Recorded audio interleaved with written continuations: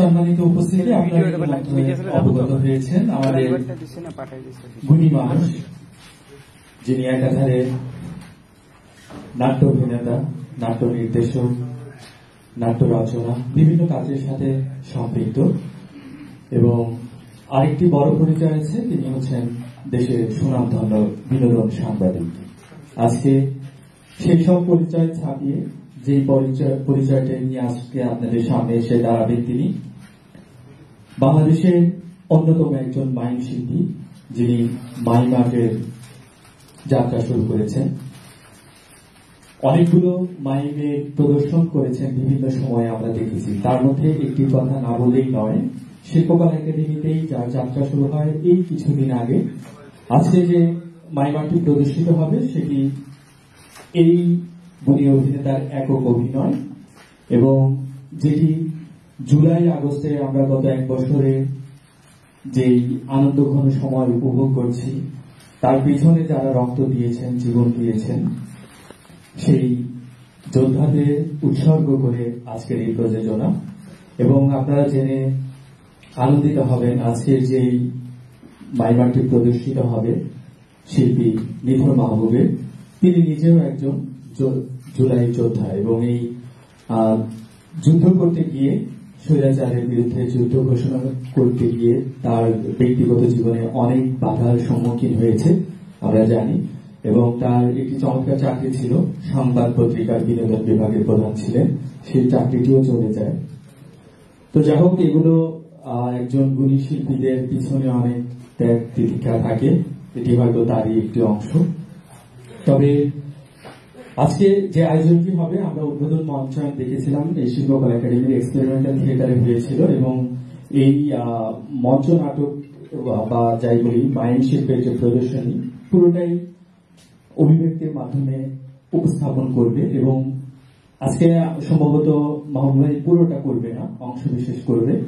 তবে যারা পুরোটা দেখেছেন তারা সৌভাগ্যবান, কারণ জুলাইয়ের অনেক কিছু সেখানে উঠে এসেছিল তার অভিনয়ের মাধ্যমে, এবং সেই সাথে এখানে কিছু ভয়েস ব্যবহার করা হয়েছে, যে ভয়েসগুলো অরিজিনাল আমি যতটুকু জানি, যেগুলো তার সাথে ঘটে যাওয়া কাহিনীকেও তিনি এই নাটকের মাধ্যমে বা অভিনয়ের মাধ্যমে, নির্বাক ভাষায় অভিনয়ের মাধ্যমে প্রকাশ করেছিলেন। নির্বাক ভাষায় সমাজ ও জীবনের গল্প নিয়ে লেখা নিথর মাহবুবের একক অভিনয় রক্তে আগুন লেগেছে। আমরা যার একক অভিনয়, এটি অনেক দুরূহ কাজ, সবার দ্বারা সম্ভব হয় না। আজকে হয়তো এখানে দর্শক কম মনে হচ্ছে, কিন্তু আমি যখন মাহবুব ভাই আমাকে বলল যে এটি উন্মুক্ত রাখবে, গত শোটাতেও আমি টিকিট কাউন্টারে ছিলাম, তো সেখানেও অনেক টিকিট সেল হয়েছে এই একক মুখাভিনয় দেখার জন্য। কিন্তু আজকে যখন এই ছোট্ট একটা হলে উনি বললেন যে আমি উন্মুক্ত রাখতে চাই, বিশেষ দিন, আজকে আনন্দের একটি দিন, এই আনন্দ সবার সাথে ভাগ করে নিতে চাই, এটি একটি চমৎকার উদ্যোগ ছিল। কিন্তু আমি ভয়ে ছিলাম যে ছোট্ট একটা জায়গা, এত দর্শক উন্মুক্ত হইলে জায়গা দিতে পারবে কিনা। কিন্তু আজকে বৈরী আবহাওয়া যেমন আমাদের সাথে বিক্রয় করছে, সেই সাথে শিল্পকলা একাডেমি গত এক বছর যাবতীয় আপনারা জানেন অনেকটা সেনাবাহিনীদের কবজায় রয়েছে, এবং আমরা যে স্টুডিওটা, গ্রিন রুমটা ব্যবহার করি, সেটিও এখন তাদের দখলে।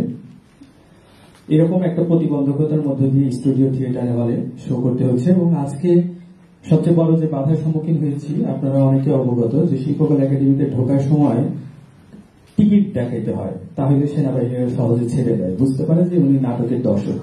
কিন্তু আজকে যেহেতু মাহবুব ভাই উন্মুক্ত রেখেছেন, অনেকেই হয়তো গেটে আসছেন এবং সেখান থেকে ফিরে যাচ্ছেন, তো তাদের জন্য আসলে সমবেদনা জানানো ছাড়া কিছু বলার নেই। সেই সাথে যারা এই বৈরী আবহাওয়া সমস্ত প্রতিবন্ধকতা ওভারকাম করে আমাদের আজকের এই আয়োজনে সুন্দর একটি দিনে, সুন্দর সোনালী সন্ধ্যায় উপস্থিত হয়েছেন, নিথর মাহবুব তথা মাইম আর্টের পক্ষ থেকে আবারও সবাইকে অনেক অনেক অভিনন্দন জানাচ্ছি। মাহবুব ভাই সম্পর্কে সবাই আমরা যারা সাংস্কৃতিক অঙ্গনে আছি কম বেশি জানি, অনেক বড় একটা লেখা আছে মাহবুব ভাই সম্পর্কে। আমি ব্যাপারটা পড়তে গেলে তার পরিচয়টা অনেকটা সময় লেগে যাবে। আমার মনে হয় যে যেহেতু আমরা সবাই জানি এবং মাহবুব ভাইকে ব্যক্তিগতভাবে আমরা সবাই চিনি, আজকে যারা বক্তা তারাও খুব পছন্দ করেন মাহবুব ভাইকে, তাই আর আমরা সেই পরিচিতি পর্বে ইচ্ছে থাকা সত্ত্বেও যেতে চাচ্ছি না।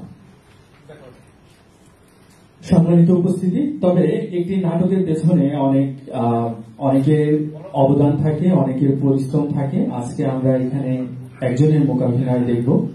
মাইমার্টের পক্ষ থেকে দলপ্রধান নিথর মাহবুব ভাই এককভাবে এটি প্রদর্শন করবে। যদিও তার একটি বিশাল দল রয়েছে, দল নিয়ে বিভিন্ন সময় ঢাকার বাইরে বিভিন্ন জায়গায় উনি শো করে থাকেন। অতএব একটি দলের পেছনে অনেক কারিগর থাকে, তাদের কথা না বললেই নয়। আজকে যে নাটকটি হচ্ছে, এটির মূল গল্প, ভাবনা, নির্দেশনা এবং অভিনয়ে ইতিমধ্যে বলেছি নিথর মাহবুব। সহকারী নির্দেশনা ও ফটোগ্রাফিতে আছেন দলের অন্যতম সদস্য ফয়সাল মাহমুদ। মিউজিক পরিকল্পনা ও প্রয়োগে আছেন সুভাষিস দত্ত তন্ময়। ব্যানার ও সুভিনার ডিজাইনিং আলেয়া আলো।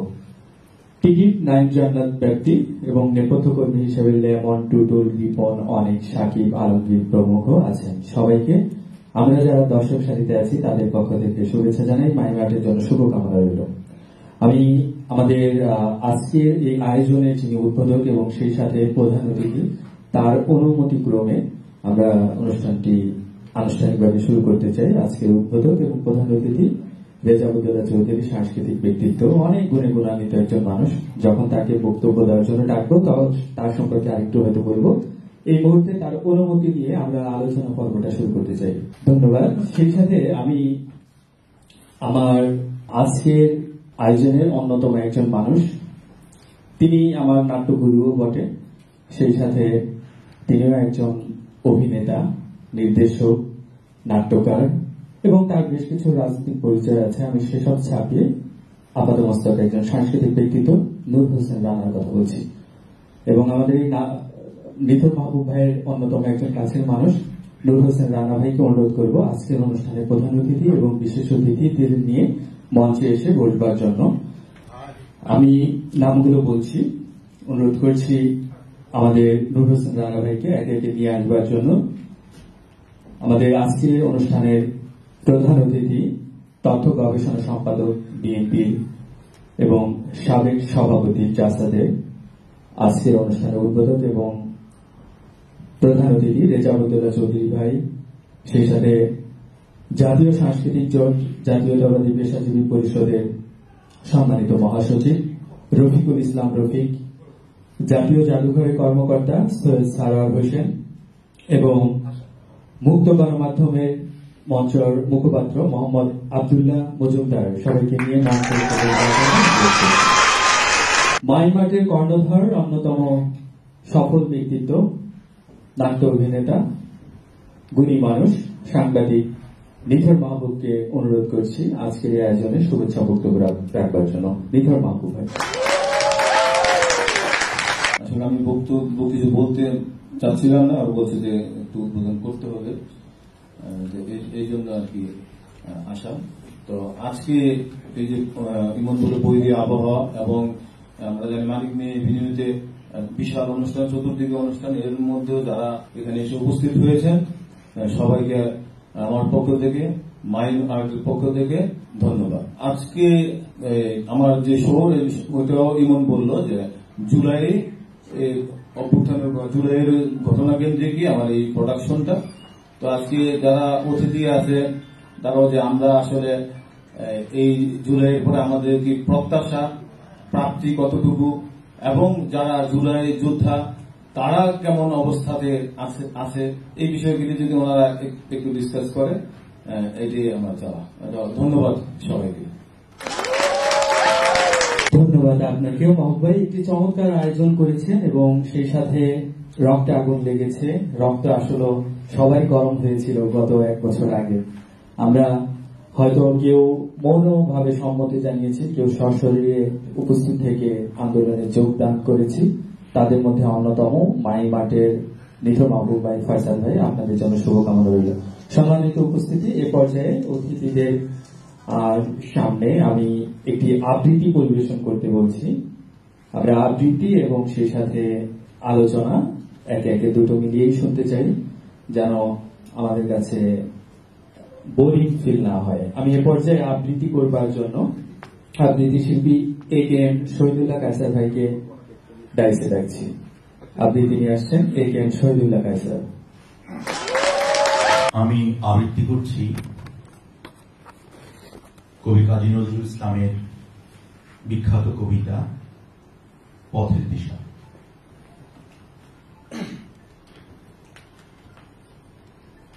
চারিদিকের এই গুন্ডা এবং বদমাইশির আখড়া দিয়ে রে অগ্রদূত, চলতে কি তুই পারবি আপন প্রাণ বাঁচিয়ে? পারবি যেতে ভেদ করে এই বক্রপথের চক্রবুহ? উঠবি কি তুই পাষাণ ফুঁড়ে বনস্পতি মহিরুহ? আজকে প্রাণের গৌ ভাগাড়ে উঠছে শুধু চির শকুনি, এর মাঝে তুই আলোক শিশু কোন অভিযান করবি শুনি? ছুটছে পাথর, ছিটাই কাদা, কদর্যের এই হরি খেলায় শুভ্র মুখে মাখিয়ে কালি, ভোজপুরীদের হট্ট মেলায় বাংলাদেশও মাতল বীরে। বাংলাদেশও মাতল বীরে, তপস্যা তার ভুলল অরুণ, তারিখানার চিৎকারে কি নামলো ধুলায় ইন্দ্রবরুণ।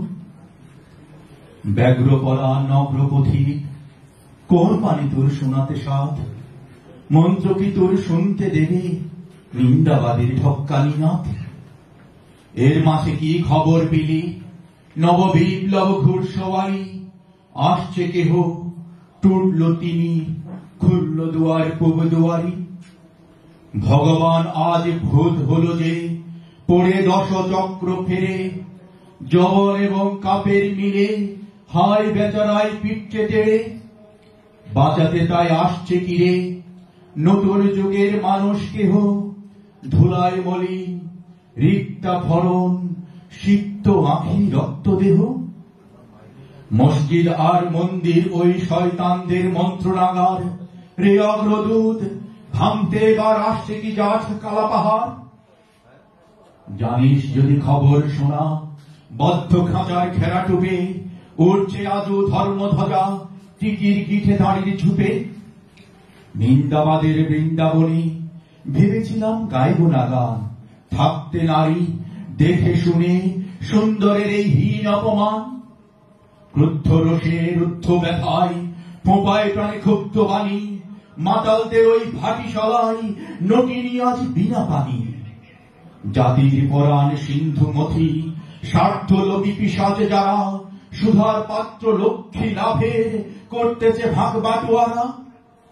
বিষ যখন আজ উঠল শেষে, তখন কারো পাইনে দিশা, বিষের জ্বালায় বিশ্ব পুড়ে স্বর্গে তারা মেটান তৃষা।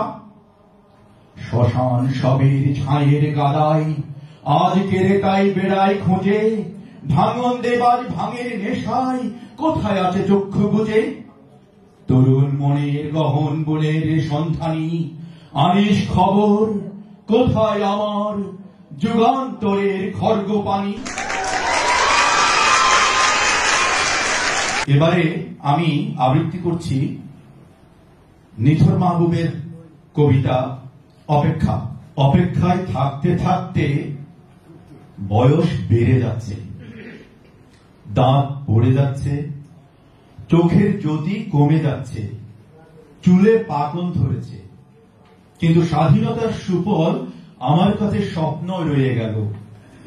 আমাকে নিরাপদ জন্মভূমি দিতে যারা যুদ্ধ করেছিল, যারা শোষণ নিপীড়ন অভাব দুর্নীতি মুক্ত অসাম্প্রদায়িক বাংলাদেশের স্বপ্ন দেখেছিল, অতৃপ্ত বাসনা নিয়ে তারা একে একে গত হচ্ছে। স্বাধীনতার সুফল পেতে আমাদের আর কতকাল অপেক্ষা করতে হবে? স্বাধীন দেশে স্বদেশীদের তাণ্ডবে আমরা এখন দিশেহারা। ফুটপাতে, রাজপথে, হাটে, মাঠে, ঘাটে সবখানে অরাজকতা, ক্ষমতার শোষণ আর সাম্প্রদায়িক প্রীতি রাষ্ট্রকে করে রেখেছে খর্বাকৃতি। যে স্বাধীনতা ৩০ লক্ষ প্রাণের বিনিময়ে পাওয়া, যে স্বাধীনতা ৩ লক্ষ মা বোনের ইজ্জতের বিনিময়ে পাওয়া, সেই স্বাধীনতা কুক্ষিগত করে এরা কারা? যুদ্ধ বেঁচে খায়, জনগণের রক্ত চুষে খায় এরা কারা? স্বাধীন দেশে শোষণ করার কেটে ওদের আস্কারা। আয়না খেপার একটিবার মাথায় লড়াই, লাথি মেরে দেশ থেকে ওদের তারাই। তোমার শরীরে স্বৈরাচারের গন্ধ, শত শত প্রাণের বিনাশ শেষে এখন কার জন্য তুমি রাজপথে? মরে পচে কবে মাটিতে মিশে গেছে লাশ, এখন তোমার কিসের প্রতিবাদ? তোমাকে ধিক্কার, তুমি শিল্পী নও, সুশীল নও, তুমি দালাল, চাটুকার, ক্ষমতারই ঢাল। যখন ন্যায্য দাবিতে মিছিলে স্লোগানে মুখরিত ছিল উত্তাল জুলাই, কার কাছে কণ্ঠক ছিল কণ্ঠ তোমার? যখন রাজপথে পুলিশের গুলিতে মরছিল ওরা দলে দলে, তখন কোথায় লুকিয়েছিলে? এখন ফাগুন ছাড়াই যখন লালে লাল চারপাশ, তুমি বুঝে গেছো ভিড় নড়ছে ক্ষমতা, তাই কালো গহ্বর ছেড়ে এসেছো লালের মিছিলে। তোমার শরীরে স্বৈরাচারের গন্ধ, তুমি দূর হও। আসসালামু আলাইকুম, শুভ সন্ধ্যা। খুব বেশি কথা বলবো না, ছোট্ট একটি লেখা আছে জুলাই নিয়ে, সেটা পড়বো। আর জুলাই নিয়ে আমার অনেক কষ্ট এখনো আছে। আমরা ভাগ্যচক্রে আমরা বেঁচে আছি। 5 আগস্ট আমরা মারা যেতে পারতাম ফ্যাসিস্ট হাসিনার দোষকদের গুলিতে, কিন্তু আমরা বেঁচে আছি। আমার সন্তানদের জীবনের বিনিময়ে আমরা প্রতিদিন নিঃশ্বাস নিচ্ছি। কিন্তু আমার সবচেয়ে গত 5 আগস্ট এক দফা ছিল খুনি হাসিনার পতন। আর আমাকে যদি এখন বলা হয় আপনি এক দফা কি চান, আমি এক দফা চাই আমার এই সন্তানদের হত্যার বিচার। আজ 365 দিন পার হয়ে গেল, আমাদের সন্তানদের লাশ পচে গলে মাটিতে মিশে গিয়েছে, কিন্তু যারা ওদেরকে মেরেছে, হত্যা করেছে নির্মম ভাবে, ছোট ছোট কলিগুলোকে ফুল হয়ে ফুটতে দেয়নি, তারা এখনো নিঃশ্বাস নিচ্ছে, তারা এখনো প্রতিদিন ভাত খাচ্ছে, প্রতিদিন ঘুমাচ্ছে। আমার শুধু একটাই চাওয়া, তাদের যেন হত্যার বিচার করা হয়। এবং পরে যে সরকার আসুক, কে আসবে না আসবে এটা নিয়ে আমার মাথা ব্যথা নাই, কিন্তু আমার এই সন্তানদের হত্যাকারীদের এই পৃথিবীতে বেঁচে থাকার কোনো অধিকার নেই। আর এই সন্তানরা যে উদ্দেশ্যে মারা গিয়েছে, যে আমাদের এই দেশ বাংলাদেশ একটি সুজলা সুফলা সুন্দর ভ্রাতৃত্বে পরিপূর্ণ একটি দেশ হবে, অন্যায় থাকবে না, বৈষম্য থাকবে না। পরের যে সরকাররা আসবেন, যারা কাজ করবেন দেশ নিয়ে, সমাজ নিয়ে, রাষ্ট্র নিয়ে, তারা যেন এই দেশে তাদের এই চাওয়াটাকে পূরণ করেন। অনেক সমস্যা, অনেক অসঙ্গতি, তবুও আমরা স্বপ্ন দেখি একদিন সব ঠিক হয়ে যাবে। মিথুন বাবু ভাইকে ধন্যবাদ জানাচ্ছি এই আয়োজন করার জন্য। আজকে 5 আগস্ট আমি একা, ভীষণ রকম একা হয়ে যাব জানি। নিঃসঙ্গতার বেলা অবেলায় বিশাল সমুদ্র তীরে একাকিত্বের স্নানে ভেজা চুপচুপ হয়ে যাব। তারপরও তোমার নিষ্ঠুরতার ব্যালট বাক্সে ভোট দিব না। আমার সন্তান সম শিশুর বুকে যে গুলি চালালো, সে যতটা অপরাধী, তার এই নির্মম পৈশাচিকতার ব্যালটে যে সিল মেরে বৈধতা দেয়, সেও সমান অপরাধী। আমি তাকে ঘৃণা করি, প্রচন্ড রকম ঘৃণা করি। হোক সে আমার 1 জনম কিংবা 1000 জনমের প্রিয় প্রেমিক, যাকে ছাড়া একটা মুহূর্ত নিঃশ্বাস নেওয়া আমার জন্য ছিল অকল্পনীয়। ধন্যবাদ সবাই। ধন্যবাদ প্রিয় অভিনেত্রী আলেয়া আলোকে। আলেয়া আলোর সাথে মনে হয় আমরা সবাই একমত। জুলাই বিপ্লবে যারা জীবন দিয়েছে, সেই হত্যাকারী বিচার জানি না আমরা দেখে যেতে পারবো কিনা, তবে প্রত্যাশা করতে দোষ নেই। আবারও ধন্যবাদ আলেয়া আলোকে। সম্মানিত সুধীজন, এ পর্যায়ে ডেকে নিচ্ছি আমাদের সম্মানিত অতিথিদের মধ্যে যারা বসে আছেন তাদেরই একজন। আপনারা অনেকেই তাকে চিনেন, মুক্ত গণমাধ্যম মঞ্চের যিনি মুখপাত্র মোহাম্মদ আব্দুল্লাহ মজুমদার। আমি ডেকে নিচ্ছি মোহাম্মদ আব্দুল্লাহ মজুমদার ভাইকে। আসসালামু আলাইকুম, শুভ সন্ধ্যা। আমাদের মুক্ত গণমাধ্যম মঞ্চ সমালোচিত আমাদের যে জুলাই অভ্যুত্থান, সেই অভ্যুত্থানটাকে আমরা গণমাধ্যম কর্মীদের মধ্যে থেকে প্রেজেন্ট করার একটা প্ল্যাটফর্ম। এখন পর্যন্ত বাংলাদেশে আমরাই মনে হয় গণমাধ্যম থেকে মানে অভ্যুত্থানটাকে আমরা মানে প্রাতিষ্ঠানিকভাবে ধারণ করছি। উপস্থিত আজকের আয়োজনের সম্মানিত শিল্পীগণ, প্রধান অতিথি, বিশেষ অতিথিবৃন্দ, সবাইকে আমাদের মুক্ত গণমাধ্যম মঞ্চের পক্ষ থেকে আন্তরিক শুভেচ্ছা জানাচ্ছি। আসলে 1971 সালে আমরা আমাদের স্বাধীনতা যুদ্ধের সময় যে রক্তক্ষয়ী সংঘর্ষটি হয়েছিল, 25শে মার্চ কালো রাতের যে গণহত্যা হয়েছিল, সেটা কিন্তু আমরা দেখার সুযোগ হয়নি। আমাদের অনেকেরই জন্মের পরে, কিন্তু আমাদের সংবিধানের যে 4টি মূলনীতি, সাম্য, মানবিক মর্যাদা, সামাজিক সুবিচার, আমরা সম্ভবত কিছুই অর্জন করতে পারি আজকের 54 বছর। তাই আমাদেরকে স্বাধীনতার পর বাংলাদেশ নামে একটা রাষ্ট্র সৃষ্টি হওয়ার দীর্ঘ একটি সময় পরও আমাদেরকে এতগুলো জীবন দিতে হলো। আবার নিজেদের টাকার বুলেটে আবার নিজেদেরকেই আমরা বুলেটের সঙ্গে আবার নিজেদেরকেই আমরা বলিদান করতে হবে। তো আমাদের শিল্প, সংস্কৃতি, প্রশাসন, আমাদের বিচার ব্যবস্থা, আমরা আসলে এলিট একটি শ্রেণীকে আমাদের রাষ্ট্রের প্রতিটি স্তর থেকে এলিট ভিত্তিক যে ব্যবস্থাটি, সেটি দূর করার জন্যই আমাদের সংগ্রাম 71-এও ছিল, গত 24-এও ওই লক্ষ্যে আমাদের সংগ্রামটি হয়েছিল। কিন্তু দেখা যায় দিন শেষে আজকে আমাদের জুলাই গণ অভ্যুত্থানের এতগুলো প্রাণ ঝরে যাওয়ার 1 বছর পর, 1 বছর যেতে না যেতেই আমরা আবার ওই এলিট ভিত্তিক হয়ে গেছি। একটি অভিজাত ভিত্তিক যে সমাজ ব্যবস্থা, ওই সমাজ ব্যবস্থার দিকে সম্ভবত আমরা ধাবিত হচ্ছি। গতকালই একটা বেসরকারি একটা সংস্থা থেকে বলা হয়েছিল যে ফ্যাসিবাদের বিদায় করতে সক্ষম হলেও ফ্যাসিবাদ চর্চাটা এখনো চলছে। ফ্যাসিবাদ না, শুধু আমাদের এখানে আগে অনেক অংশে আগের চেয়ে আরো বেশি আমরা অভিজাত শ্রেণীর পূজারী হয়ে গেছি। একটা সময় আমরা শুনেছিলাম যে অমুকের বিকল্প নাই, তমুকের বিকল্প নাই, অমুকের বিরুদ্ধে বলা যায় না, তমুকের বিরুদ্ধে বলা যায় না। আপনি চাইলে আপনার সৃষ্টিকর্তার বিরুদ্ধে, আল্লাহর বিরুদ্ধেও বলতে পারেন, কিন্তু অমুকের বিরুদ্ধে বলা যাবে না, এরকম একটা ধারণা সৃষ্টি হয়েছিল। জুলাই অভ্যুত্থানের পরও আমরা দেখতে পাচ্ছি কিছু লোককে তার অনুসারীরা ওই ধরনের একটা জায়গায় একটা দেবতার আকারে উপস্থাপন করার চেষ্টা করছেন। একজন মানুষ যে আমাদের মতো মানুষ, আমি একজন মানুষ, সবাই আমার সমান। কারো কাছে কেউ দেখতে ভালো, কেউ দেখতে একটু কালো, আবার কারো টাকা পয়সা, ধন সম্পদ বেশি, প্রভাব প্রতিপত্তি বেশি, কারো আবার কম। কিন্তু আমরা এটার এই বৈষম্যের অবসান আমরা এখনো কোথাও দেখছি না, বরং কোথাও কোথাও আমরা এটার আরো আগের চেয়ে আরো বেশি দেখতে পাচ্ছি।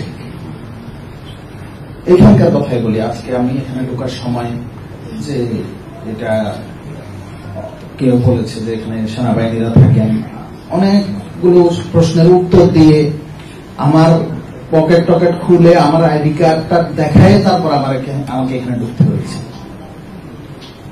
এটা একটা জাতীয় শিল্প চর্চার জায়গা। পশ্চিমা বিশ্বে নিজেদের সংস্কৃতিকে বিশ্বে ছড়িয়ে দেওয়ার জন্য তারা কোটি কোটি টাকা খরচ করেন।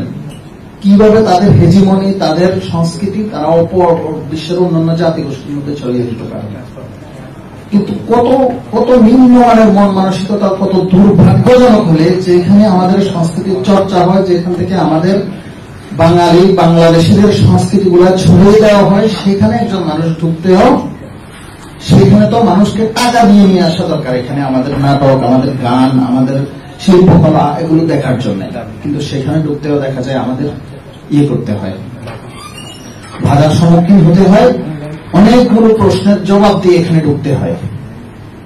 আজকে আমরা অমুক রাস্তা দিয়ে যেতে পারি না, ক্যান্টনমেন্টের ভিতর দিয়ে যেতে পারি না, অমুকের বাসভবন দিয়ে বাসভবনের পাশের রাস্তা দিয়ে আমরা যেতে পারি না। অথচ আমাদের টাকায়, আমাদের ঘাম জড়া টাকায়, এই জনগণের ঘাম জড়া টাকায় আমরা একটু অসচেতন হওয়ার কারণে আমরা এটাও জানি না তার যে কয়েক কোটি টাকার গাড়িটা রাস্তায় ঢালিয়ে বেড়াচ্ছে ওই গাড়িটা আমার টাকায় কেনা। তাই আমরা প্রতিবাদ করতেও ভুলে যাই। তারাও আমাদের কণ্ঠবোধ করে ফেলে সময় মতো, জায়গা মতো। সুতরাং আমি চাই আমাদের শিল্পকে, আমাদের সমাজ ব্যবস্থাকে, আমাদের রাষ্ট্র ব্যবস্থাকে, যে অভিজাত শ্রেণী ভিত্তিক আমাদের রাষ্ট্র ব্যবস্থাটা হয়ে গেছে, শিল্প, সংস্কৃতি, সমাজ, রাষ্ট্র সব জায়গায় যেন আমাদের এই বৈষম্যটা আমাদের দূর হয়। আর সবচেয়ে বড় কথা হলো জুলাইয়ে আমরা যেমন 16 বছরের মাথার উপর চেপে থাকা একটা জগদ্দল পাথরের বিরুদ্ধে গুলির সামনে আমরা দাঁড়াতে পেরেছি, মৃত্যুর আগ পর্যন্ত আজীবন যাতে আমরা এরকম বৈষম্যের বিরুদ্ধে, যেই আমাদের হোক, আমার বাবা, আমার মা, আমার ভাই, আমার বোন, অমুক অমুক আমার দলের নেতা, যে বলুন, আমরা যাতে তার বিরুদ্ধে তার চোখের চোখ রেখে কথা বলতে পারি, এই প্রশ্নটা আমাদের সবাই থাকা উচিত। তো সবাইকে ধন্যবাদ জানিয়ে আমার সংক্ষিপ্ত কথা আমি এখানে শেষ করছি। আসসালামু আলাইকুম। ধন্যবাদ মুক্ত গণমাধ্যম মঞ্চের মুখপাত্র মোহাম্মদ আব্দুল্লাহ মজুমদারকে। চমৎকার বলেছেন, সমসাময়িক বিভিন্ন প্রেক্ষাপটকে তিনি তুলে ধরবার চেষ্টা করেছেন। আবারও নিথর বাবু এবং মাইমার্টের পক্ষ থেকে আপনাকে অভিনন্দন আমাদের অতিথি হয়ে আজকে মঞ্চে আসবার জন্য। সম্মানিত উপস্থিতি, এ পর্যায়ে থেকে নিচ্ছি।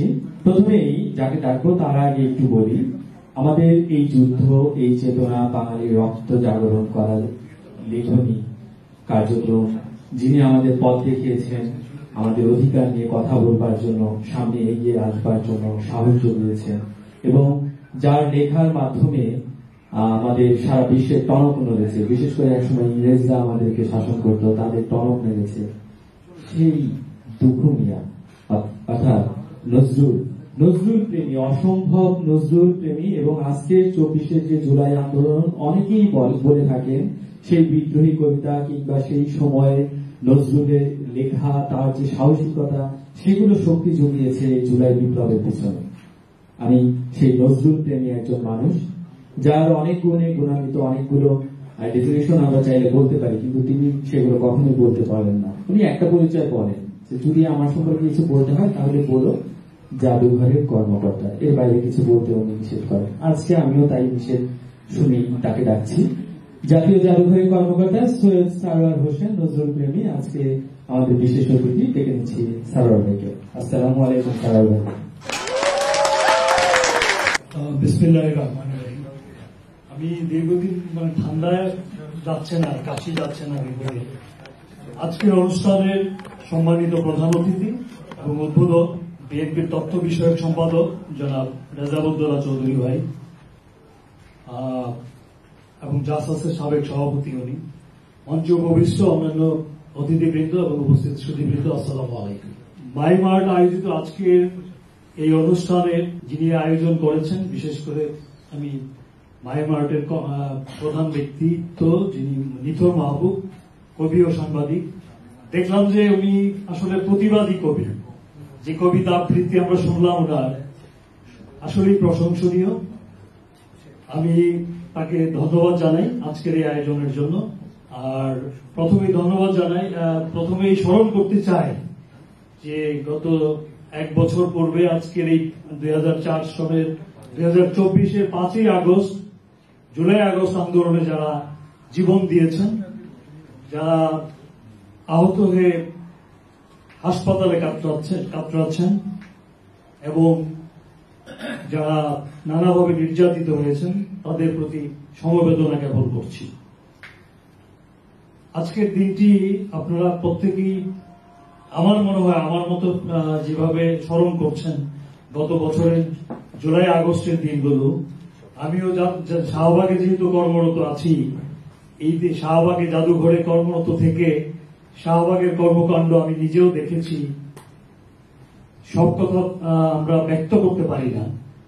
আজকে মনে হয় আমাদের বুকের উপর থেকে যে জগদ্দল পাথর সরানো হয়েছে গত 5ই আগস্ট জুলাই আন্দোলনের যে মায়ের সন্তানেরা তাদের জীবন দিয়েছে, রক্ত দিয়েছে, যে উদ্দেশ্যে দিয়েছে বৈষম্যহীন বাংলাদেশ গড়ে তোলার জন্য, তার কতদূর হবে, কতদূর সেই বৈষম্যহীন বাংলা আমরা গড়ে তুলতে পারবো তা জানি না। তবে আমি একটি কথা বলতে চাই যে যারাই আগামী দিনে এই দেশ পরিচালনায় আসবেন, তারা স্মরণ রাখবেন যে কোন স্বৈরাচার দীর্ঘদিন টিকতে পারে না, সে যত বড় শক্তিশালী হোক না কেন। আমি কথা বাড়াতে চাই না। মাইম আন্দোলন সারা দেশে ছড়িয়ে পড়ুক এবং আমাদের যাদের পৃষ্ঠপোষকতা করার, এই মাইম শিল্পকে যাদের পৃষ্ঠপোষকতা করার ক্ষমতা আছে বা করতে পারার মতো অবস্থানে আছেন, আমি তাদেরকে অনুরোধ করব যে এই শিল্পকে সারা দেশে ছড়িয়ে দেওয়ার জন্য, বিশেষ করে সংস্কৃতি বিষয়ক মন্ত্রণালয় যেন এই মাইম শিল্পকে পৃষ্ঠপোষকতা করে। আর আপনাদের সকলের সুস্বাস্থ্য এবং মঙ্গল কামনা করে আমি শেষ করছি।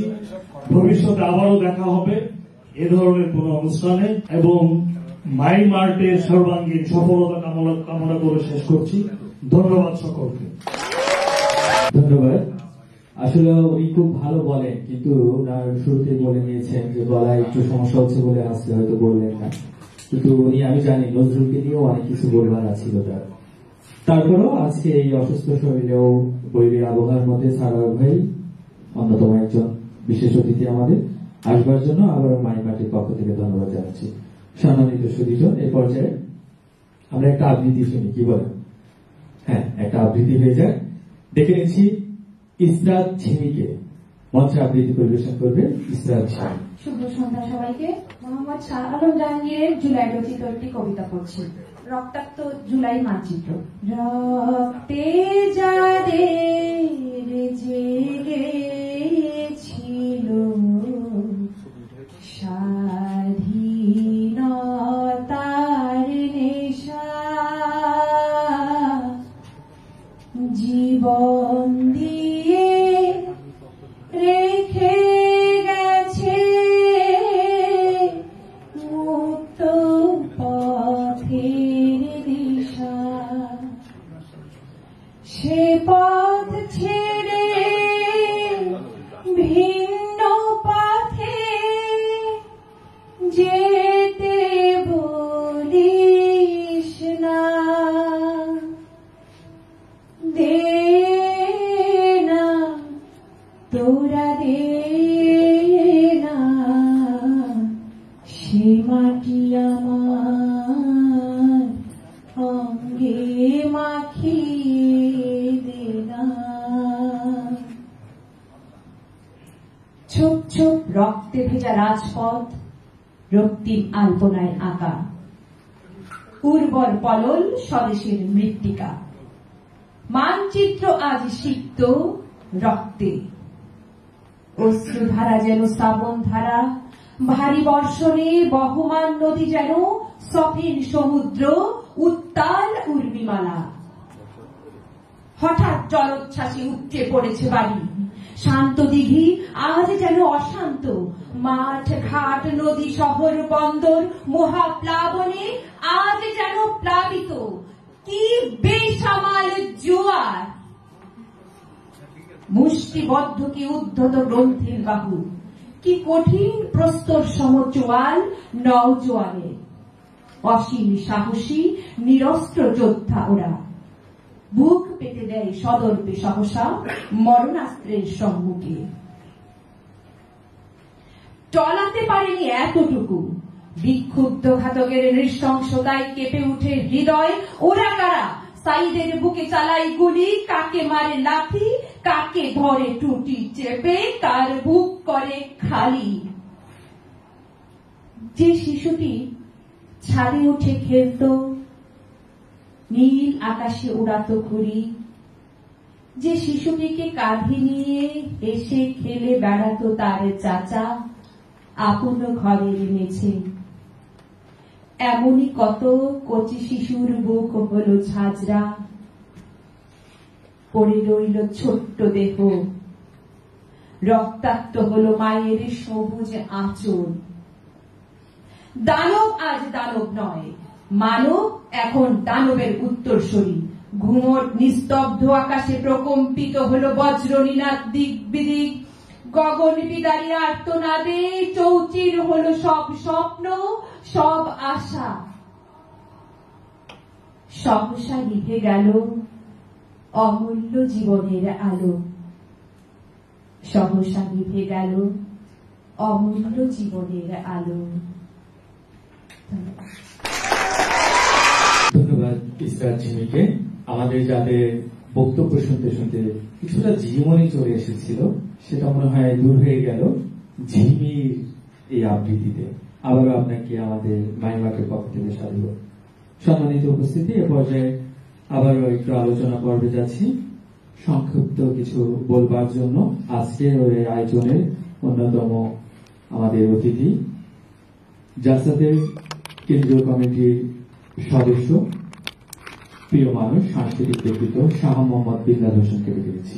রক্তে আগুন লেগেছে নিথুর মাহমুদের এই মূকাভিনয় আজকের অনুষ্ঠানের প্রধান অতিথি আমার রাজনীতি গুরু, যার হাত ধরে আমি জাসাসে পদার্পণ করেছি, আমার প্রিয় নেতা রেজাউদ্দৌলা চৌধুরী ভাই, উপস্থিত আছেন জাসাসের যুগ্ম আহ্বায়ক রফিক ভাই এবং সাবেক জাসাস নেতা নুর হোসেন রানা ভাই সহ উপস্থিত শ্রোতৃমণ্ডলী, সবাইকে জানাচ্ছি আমার পক্ষ থেকে সংগ্রামী শুভেচ্ছা এবং অভিনন্দন। আজকের যে অনুষ্ঠানটা করা হচ্ছে এটা গত 24-এ আসলে ফ্যাসিস্ট হাসিনার বিরুদ্ধে আমরা কিন্তু যারা রাজনীতি কর্মী 17 বছর ধরে রাজনীতি করে আসছি এবং জুলাইয়ে যারা শহীদ হয়েছে তাদের আত্মার প্রতি মাগফিরাত কামনা করছি এবং যারা আহত আছেন তাদের সুচিকিৎসার দাবি করছি এবং আগামী দিনে যারা বাংলাদেশে সরকারে আসবে তাদের কাছে জোর দাবি যেন এই আহতদের সুচিকিৎসা এবং যারা মারা গেছে তাদের জন্য বিচার হয়। আমরা আমাদের পক্ষ থেকে, আমাদের সংগঠনের পক্ষ থেকে এই প্রত্যাশা রেখে আমি আমার সংক্ষিপ্ত বক্তব্য শেষ করছি। সবাইকে ধন্যবাদ। গল্পটি খুব চমৎকার বললেন। ধন্যবাদ আমাদের আজকের সম্মানিত বিশেষ অতিথি শাহ মোহাম্মদ বিল্লাল হোসেন ভাইকে। সম্মানিত উপস্থিতি, এ পর্যায়ে আলোচনা পর্বে আমার মনে হয় জমিয়ে দেওয়ার জন্য যাকে প্রয়োজন তার সম্পর্কে শুরুতে কিছুটা বলেছিলাম। অনেক গুণে গুণান্বিত ব্যক্তিত্ব এবং একাধারে অভিনেতা, নির্দেশক, নাট্যকার, সেই সাথে সাংস্কৃতিক কর্মী, অনেক কিছুর সাথে সম্পৃক্ত। আমাদের অনেকেরই নাট্যগুরু, অনেক বছর যাবৎ যিনি নাট্যাঙ্গনের সাথে সম্পৃক্ত এবং তাকে ডাকার আগে তার একটি আয়োজন আছে এই মাসের সামনে 23শে আগস্ট জাতীয় নাট্যশালার বড় হলে। তার একটি চমৎকার প্রযোজনা রয়েছে দলের অন্যতম নাটক, বাংলাদেশ এবং ভারতের একমাত্র জাতীয় কবিকে নিয়ে মঞ্চ নাটক দামাল ছেলে নজরুল। এই সুযোগে আমি দামাল ছেলে নজরুলকে প্রচার করে নিলাম। আপনারা সবাই 23শে আগস্ট আসবেন, মঞ্চে একটি বক্তব্য রাখবেন সবার প্রিয় হাসিমুখ মানুষ নির্বাচন করেন। ধন্যবাদ। মায়ানমার একটি সংগঠন আজকের আয়োজিত এই অনুষ্ঠানে আমি বক্তব্য পারি না। অনুষ্ঠানে প্রধান অতিথি সাংস্কৃতিক ব্যক্তিত্ব, বিএনপি তথ্য গবেষণা সম্পাদক, জাসাসের সাবেক সভাপতি, আমার হাতের খুব যিনি আমাকে এনেছিলেন এই সাংস্কৃতিক অঙ্গনে, পুরন ঢাকা থেকে তৈরি করেছিলেন আজ থেকে 25 বছর আগে। সে 25 বছর আগে কৌতুহলী থানার সভাপতি হিসাবে উনি আমাকে হাতে করে দিয়েছিলেন। সে রেজাউদ্দৌলা চৌধুরী, সাংস্কৃতিক ব্যক্তিত্ব, এশিয়া মহাদেশের একজন বলিষ্ঠ কণ্ঠস্বর রেজাউদ্দৌলা চৌধুরী। আজকের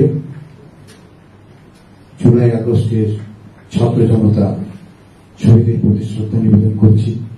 মঞ্চে বসে আছেন আমার বন্ধুবর, জাতীয়তাবাদী সংস্কৃত যোগে বিপ্লবী মহাসচিব, জাতীয়তাবাদী সামাজিক সাংস্কৃতিক সংস্থা জাসাসের সাবেক সহসভাপতি এবং জাসাসের কেন্দ্রীয় কমিটি শাহ মোহাম্মদ বিল্লাল আমার ছোট ভাই, বিপ্লবী নেতা। বসে আছেন সারোর ভাই, জাতীয়তাবাদী বোর্ডের সিনিয়র কর্মকর্তা শেখ সোহরাব হোসেন সহ আজকে সামনে যারা উপস্থিত আছেন আমার সাথী বন্ধুরা, মাইম আর্টের নিথুর মাহমুদের একক অভিনয়। মাইম আর্ট এককভাবে যখন কাজ করত তখনই আমি বলছিলাম একটি প্ল্যাটফর্ম দাঁড় করা, যে প্ল্যাটফর্মের মাধ্যমে 50টা ছেলেপেলে নিয়ে উনি মুভ করতে পারবেন, বিভিন্ন জাতীয় প্রোগ্রামগুলি অংশগ্রহণ করতে পারবেন। সেই মাইম আর্টে আজকে 17 বছর যাবৎ কাজ করে যাচ্ছে এই সংগঠনটি এবং তার কষ্টের মাধ্যমে সংগঠনটা সে কাজ করে যাচ্ছে। যাই হোক, এবং সে 5ই আগস্টের জুলাই যোদ্ধা। আপনারা জানেন সে একটি পত্রিকায় সাংবাদিকতা করতেন, সংবাদ, দৈনিক সংবাদ। সে সত্যিকারের যে রিপোর্ট করতেন সেটা বাধার কারণে তাকে চাকরিচ্যুত করতে হয়েছে, বের করে দেওয়া হয়েছে এবং তাকে মারধর করা হয়েছে। বিভিন্নভাবে যারা ফ্যাসিস্ট সরকারের দালালরা তাকে অনেক কিছু বলেছে। শিল্পকলা একাডেমিতে সে খুব কষ্ট করে তার অবস্থান তৈরি করেছে। আপনাদেরকে বুঝতে হবে, আমাদের সংগঠনে 5 জন জুলাই যোদ্ধা আছে। আলেয়া বেগম আলু, ফাইসাল আহমেদ, এভাবে অনেক ছেলেপেলে যারা জীবনকে হাতে নিয়ে যারা কাজ করেছে। আমি যেখান থেকে মুভমেন্ট শুরু করেছিলাম কার্জন হলে 5ই আগস্ট, 4ই আগস্ট, ওই আওয়ামী লীগের যারা দালালরা যারা ওরা আমাকে মারতে এসেছিল কার্জন হলের সামনে, আমার সামনে চাঙ্গারপুরে নিহত হয়েছে যে শহীদ, তাদের এই শহীদের প্রতি শ্রদ্ধা নিবেদন করব।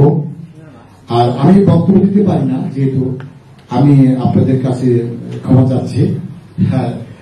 বিশেষ করে আমি নিথুর মাহমুদের ব্যাপারটা বলবো, সে কাজ করে যাচ্ছে, তাকে সাপোর্ট করবেন, সহযোগিতা করবেন এবং আমি আশা করবো আজকের অনুষ্ঠানে প্রধান অতিথি যিনি উদ্বোধন করবেন আমার নেতা রেজাউদ্দৌলা ভাইকে বলবো যে সে আগামীতে একটি মাইম উৎসব করতে যাচ্ছে, এই ব্যাপারটা আপনি সাপোর্ট করবেন।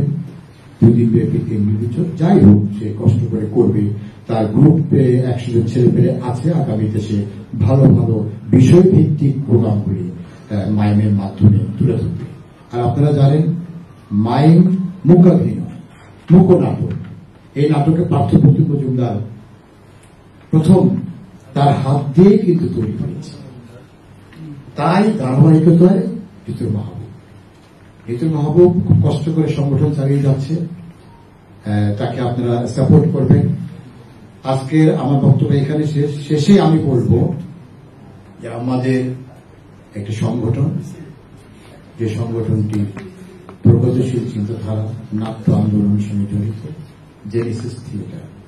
আপনারা জানেন 35 বছর তার প্রতিষ্ঠা বার্ষিকী আগামী 23শে আগস্ট জাতীয় নাট্যশালায় বর্তমানে আমরা সেই অনুষ্ঠানে নজরুল তারকা সম্মাননা পদক প্রদান করব। পাশাপাশি এপার বাংলা ওপার বাংলার একটি মাত্র নাটক, যে নজরুলের শৈশব, কৈশোর, তারুণ্য, তার জীবন কর্মের উপর এই নাটকটি 32তম প্রদর্শনী আমরা মঞ্চে আনবো ইনশাআল্লাহ। আপনারা জানেন আমি যে সংগঠনের সঙ্গে জড়িত, সে সংগঠনের নজরুলকে নিয়ে অনেকগুলি নাটক মঞ্চে এনেছি। লিচু চোর, খুঁটি কাঠবিড়ালি, দাওয়াত ছিলেন নজরুল, নবাব নামতা, সকালবেলার পাখি, দুরন্ত নজরুল। এইসব নাটক আমাদের সংগঠনে বিভিন্ন মঞ্চায়ন করে আমরা আসছি। Bangladesh television channel 1, ATN Bangla সহ প্রত্যেকটা চ্যানেলে আমার নাটক যাচ্ছে, আপনাদের সাপোর্ট, আপনাদের সহযোগিতায়। এই গতবারে নজরুল জনবার্ষিকীতে আমরা প্রোগ্রাম করেছি 4টি জায়গায়। বাংলা একাডেমিতে জাতীয় প্রোগ্রামে, যে প্রোগ্রামটি দেখবো এবার জগৎটাকে, এটা প্ল্যানার গ্রন্থটা আমার, 40টা ছেলে পেলে কাজ করেছে ওখানে। মানিকগঞ্জ ডিসি ইনভাইটে দামাত ছেলে নজরুল 30তম প্রদর্শনী আমরা করেছি। নজরুল ইনস্টিটিউটে 31 তারিখে আমরা এই দামাত ছেলে নজরুল 31তম প্রদর্শনী করেছি।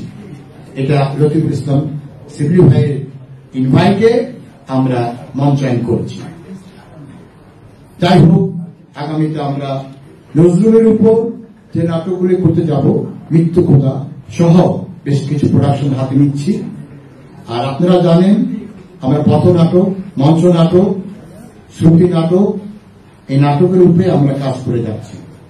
তা আপনাদের সহযোগিতা কামনা করি। এই বলে আজকে মাইম আর্টকে ধন্যবাদ দেব এবং যারা আপনারা দর্শকরা আছেন, আপনারা মুখাভিনয় দেখবেন, তার বেশ কিছু মেসেজ নিয়ে এসে যে মঞ্চে এনেছে, আপনি এর আগেও অবশ্যই দেখেছেন, এবারও সে জুলাই যোদ্ধার উপরে একটি বিশেষ মানে মাইন্ড মোকাবিলা করবে, তার একক না, তাকে সাপোর্ট করবেন আপনারা। আপনারা এসছেন, খুশি হবেন, এই সময় সব জায়গায় অনুষ্ঠান হতে যাচ্ছে। এই বলে আমার বক্তব্য শেষ করছি। খোদা হাফেজ। বাংলাদেশ জিন্দাবাদ। ধন্যবাদ প্রিয় মানুষ, প্রিয় মুখ, জেনেসিস থিয়েটারের দলপ্রধান নিথর মাহবুব ভাইয়ের খুব কাছের একজন মানুষ, বন্ধুবর নূর হোসেন রানা ভাইকে। নূর হোসেন রানা ভাইয়ের কথায় 3টা বিষয় একটু কোট করে বলছি।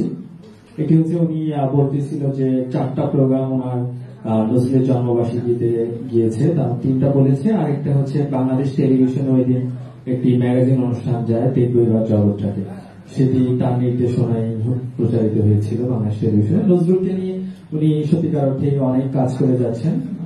দীর্ঘজীবী হন নূর হোসেন রানা ভাই। এবং যে দাওয়াতটা উনি দিলেন, শুরুতে আমিও একটু বলেছিলাম যে 23শে আগস্ট নজরুলের মৃত্যুবার্ষিকীকে কেন্দ্র করে নজরুলের জীবন কর্ম নিয়ে নাটক আমার ছেলে নজরুল নাটকের 32তম মঞ্চায়ন হবে। সেখানে আজকে এখানে যারা উপস্থিত হয়েছেন, আমি বিশ্বাস করি সবাই নিথর মাহবুব ভাই খুব কাছের একজন মানুষ, এবং তিনি ওই নাটকটিতেও একটি গুরুত্বপূর্ণ চরিত্রে অভিনয় করেছেন। মাহবুবের আজকে আমরা দেখব তার সংলাপ ছাড়া অভিনয়, এবং সেদিন আমরা সংলাপ নিয়ে অভিনয় দেখব। আপনারা যারা আজকে উপস্থিত হয়েছেন, প্রত্যাশা করব নজরুলকে যারা ভালোবাসেন তারা অবশ্যই 23শে আগস্ট এবং মাহবুব ভাইকে দেখার জন্য তার উনি যে সংলাপ দিয়েও অভিনয় করতে পারেন, যারা এখনো দেখেননি তাদের দেখার আমন্ত্রণ রইল। ধন্যবাদ। সম্মানিত সুধীজন, এ পর্যায়ে ডেকে নিচ্ছি আমাদের জাতীয়তাবাদী সাংস্কৃতিক জোটের বিপ্লবী মহাসচিব, জাতীয়তাবাদী পেশাজীবী পরিষদের অন্যতম নেতা, জাসাদের যুগ্ম আহ্বায়ক, এবং তার কণ্ঠ শুনে বুঝবেন উনি হয়তো ছাত্র জীবন থেকেই হাজারো বক্তা ছিলেন। আমি তার অনেকগুলো বক্তব্য শুনেছি, শুনতেই ইচ্ছে করে। জানি না আজকে কতটুকু বলবেন, তবে আমি এই পর্যায়ে তার কাছ থেকে শ্রুতিমধুর কিছু কথা শুনবার জন্য দায়িত্বে ডেকে নিচ্ছি। মঞ্চে আসছেন রফিকুল ইসলাম রফিক ভাই। বিসমিল্লাহির রহমানির রহিম। নিথর মাহবুব এর মোকাবিনয় সন্ধ্যা আজকে বিষয় জুলাই আগস্ট বিপ্লবীদের শ্রদ্ধা নিবেদন করে স্মরণ করে আজকে এই মোকাবিনয় সন্ধ্যা অনুষ্ঠিত হবে।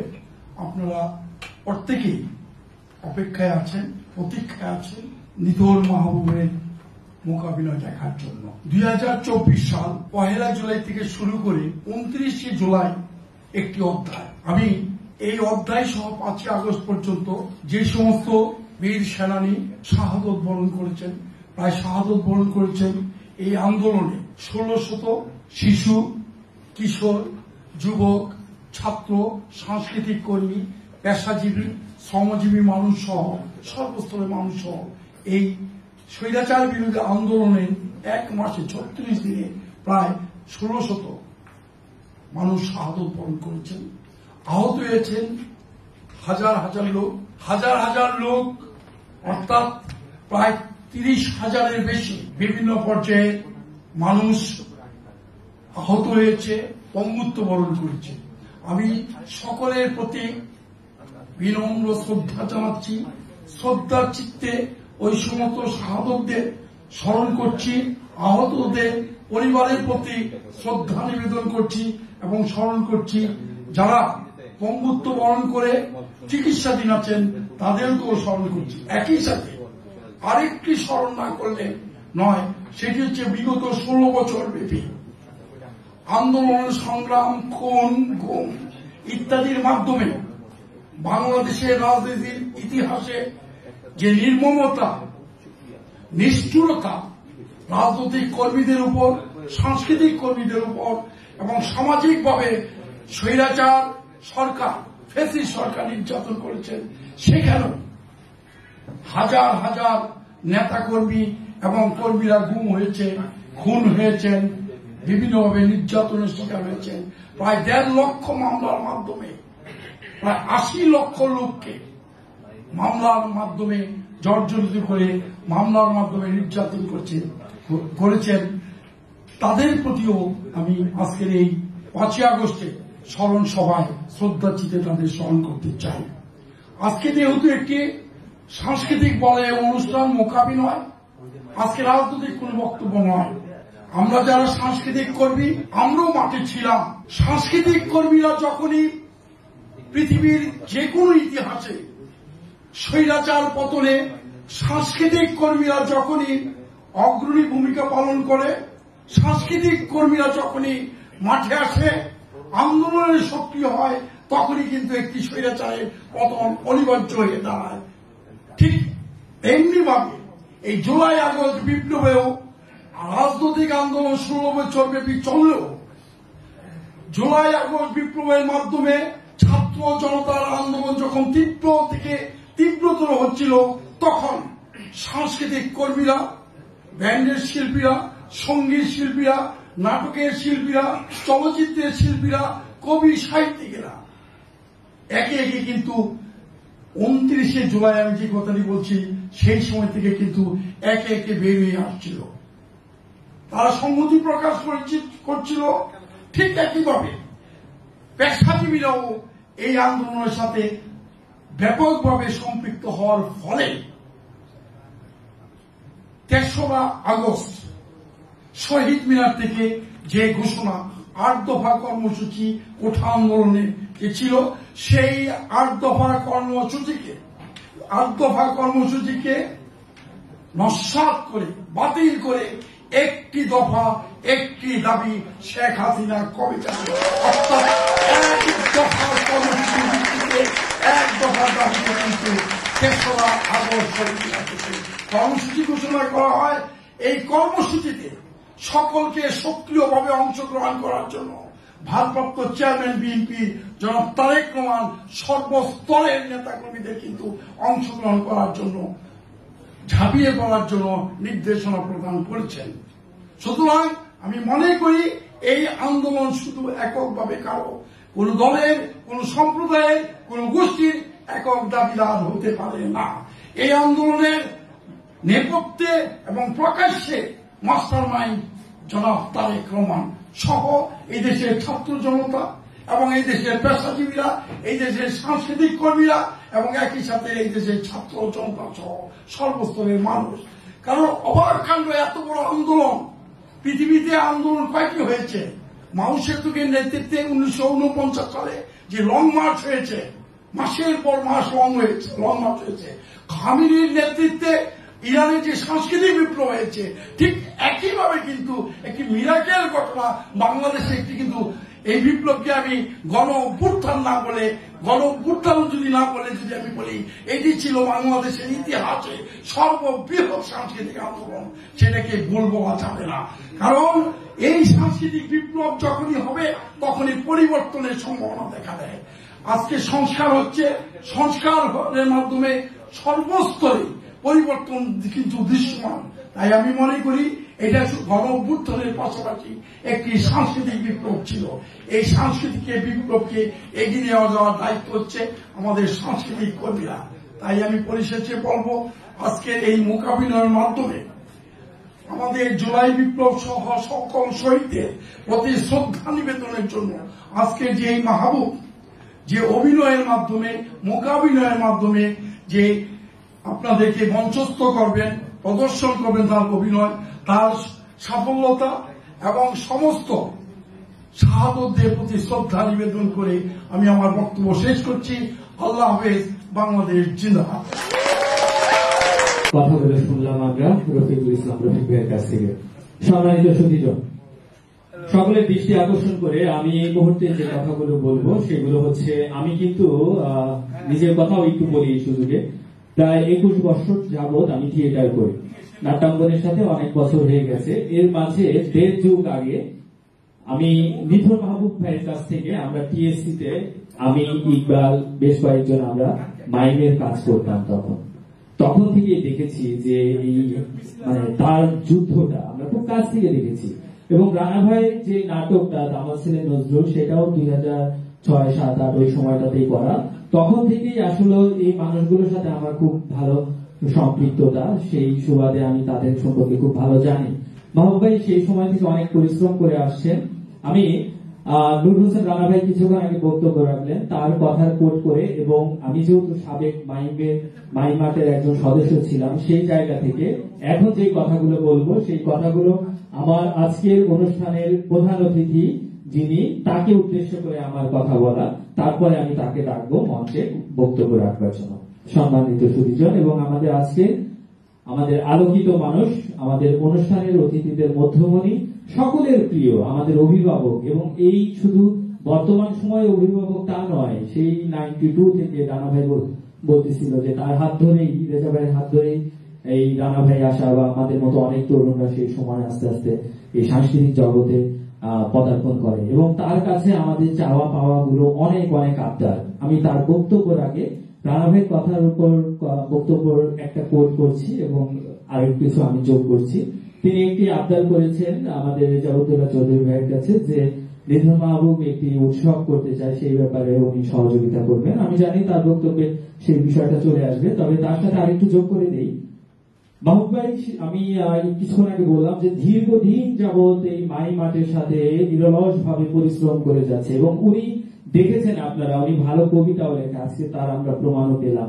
উনি কবিতা লিখেছেন, গান লিখেছেন, নিজে গান গেয়েছেন, অভিনয় করেছেন, নির্দেশনা দিয়েছেন, বহু গুণে গুণান্বিত একজন মানুষ। কিন্তু সবকিছু ছাপিয়ে তাকে চেনে কিন্তু এই মাই মাঠের প্রতিষ্ঠাতা হিসাবে, এবং মাইমের অন্যতম একজন, আমরা রানা ভাইয়ের বক্তব্য বলছিল যে পার্থ মজুমদার, তাকে আমরা অনেকেই হয়তো চিনিও না এই প্রজন্মের যারা, কিন্তু এই প্রজন্মের আমার মনে হয় অনেকেই এই নিধন মাহবুবকে চেনে। টেলিভিশনে একাধিক প্রোগ্রাম গিয়েছে, মুকাকু, এটা সেটা, যার কারণে বিভিন্ন জায়গায় গেলে বাচ্চারা তাকে খুব ভালো করে চেনে। কিন্তু দুঃখের বিষয়, রেজা ভাইকে উদ্দেশ্য করে বলছি, আমাদের যারা বোদ্ধা মহল আছে, যারা এই সাংস্কৃতিক জগতের হর্তাকর্তা এবং দীর্ঘদিন শিল্পকলা একাডেমিতে যারা রাজত্ব করেছে, শুধু শিল্পকলা না সাংস্কৃতিক জগতের যারা রাজত্ব করেছে, সেই সমস্ত মানুষগুলো এখনো হায়নার মতো উৎপেতে আছে। এই 5ই আগস্টের পর থেকে গত 1 বছরে 3টা অনুষ্ঠান হয়েছে মাইমকে নিয়ে শিল্পকলা একাডেমিতে, কোন অনুষ্ঠানে মাহবুব ভাইকে ডাকা হয়নি, এবং গত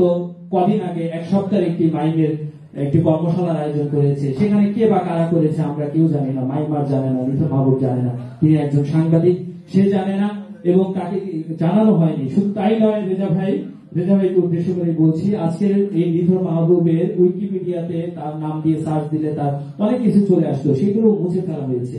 তার মানে কি, 5ই আগস্টের পর থেকে আমরা গত 1 বছর কি পেলাম, এই যোদ্ধারা কি পেল, এগুলো নিয়ে আমাদের অনেক আক্ষেপ আছে, অনেক দুঃখ আছে। আপনি এই বিষয়গুলো দেখবেন, আপনি সাংস্কৃতিক জগতের অভিভাবক, আজকে নিধন মাহবুবের অভিভাবক, আমাদের মতো নাট্যপ্রেমী, আমাদের মতো সংস্কৃতি কর্মী যারা আমরা তরুণ আছি, যারা আমরা এই সাহসিকতা নিয়ে এগিয়ে যেতে চাই, যারা জুলাই বিপ্লবে অবদান রেখেছে, তাদের পক্ষ থেকে আমি আপনার কাছে আবেদন করবো এই বিষয়গুলো আপনি দেখবেন, এবং এই নিধন মাহবুব যে বঞ্চিত হচ্ছে, এই বঞ্চিত জায়গা থেকে আপনার সহযোগিতা প্রত্যাশা করছি। কিভাবে কি করা যায় জানি না, তবে একটি উৎসব না করলেই নয়।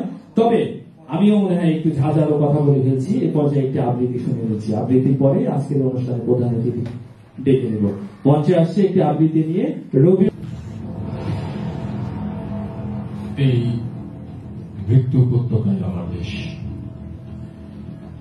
এই মৃত্যু উপত্যকায় আমার দেশ, এই 56,000 বর্গ মাইল রক্তে ভেজা সবুজ প্রান্তরে আমার পতাকা।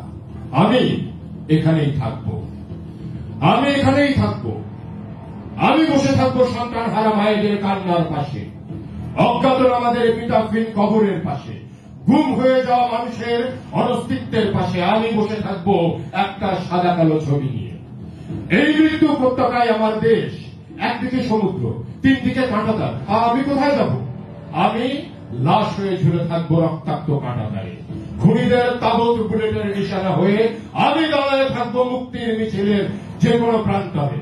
তবু এই মৃত্যু উপত্যকায় আমার দেশ, যার যা কিছু হারাইছে, খোয়া গেছে চিরতরে, আমি তার তা কিছু হয়েই রয়ে যাব এইখানে। ভাইয়ের লাশ কাঁধে নিয়েও জালেমের বিরুদ্ধে শটান থাকে যে মুষ্টিবদ্ধ হাত, সেই হাতই কাটতেছে ভূমির সোনালী ফসল, সেই হাতই ঘোরাচ্ছে কলকারখানার তাবুক মিছিল। এই হাতেই লেখা হোক অনাগত আগামীর ইতিহাস। আমি সেই ইতিহাসের সকল দায় হাসি মুখে কাঁধে তুলে নেব। তাও এই মৃত্যু উপত্যকায় আমার দেশ, জীবন আর মরণের ভেদাভেদ লুপ্ত এইখানে। এই আয়না ঘরের ঠান্ডা মেঝেই আমার বিছানা। সেখান থেকে মাঝ রাতে উঠে এক বেআপ্রু জীবন হয়ে দৌড় দেব আমি। সামান্য একটা বুলেটের জন্য কানবো ধার। সন্তান আমার বলবে, আব্বু তুমি কাঁদতেছ যে? আমি সেই সন্তানের মাসুম বয়সে থেকে যাব। ক্ষমতার সাথে আঘাত না করে রাজপথে আত্মহত্যার পথ বেছে নিয়েছেন যে বুদ্ধিজীবী, আমি তার গুরুত্ব না পাওয়া একটা পাবলিক লেকচার হয়ে থেকে যাব। যে কৃষক কাস্তে হাতে লড়তে জানে, যে শ্রমিক হকের জন্য মরতে জানে, যে মানুষ বদ্ধভূমি করে শনাক্ত করতে পারে ছিন্ন ভিন্ন লাশের পরিচয়, আমি তাদের ইনকিলাব রুহু হয়ে থেকে যাব। থাকবো না কেন? থাকবো না কেন? মেঘে মেঘে গর্জে উঠছে আকাশ, বিরহ বা বিচ্ছেদ নয়, এ বর্ষা বয়ে নিয়ে এসেছে বিপ্লবী হাওয়া। দেয়ালে দেয়ালে রক্তের হরফে অনুবিদিত হচ্ছে অনাগত সময়ের ইশতেহার। আজাদির মিছিলের সামনে হাঁটু গেড়ে কান্নারত আজরাইল। থাকবো না কেন? মৌতের গর্ভে জন্ম নেওয়া মানুষের সামনে থমকে দাঁড়িয়েছে সময়। ক্যালেন্ডারের আজ আর কোন অর্থ নাই। থাকবে না কেন? পদ্মা মেঘনা যমুনায় বইছে নতুন মৌজের পানি। সৃষ্টির প্রথম প্রহরের মতো লাল হয়ে উঠেছে এই জুলাইয়ের বাংলা। মারণাস্ত্রের ধাতব স্পর্শে রুহু ফিরে পাচ্ছি কাদামাটির নতুন মানুষ।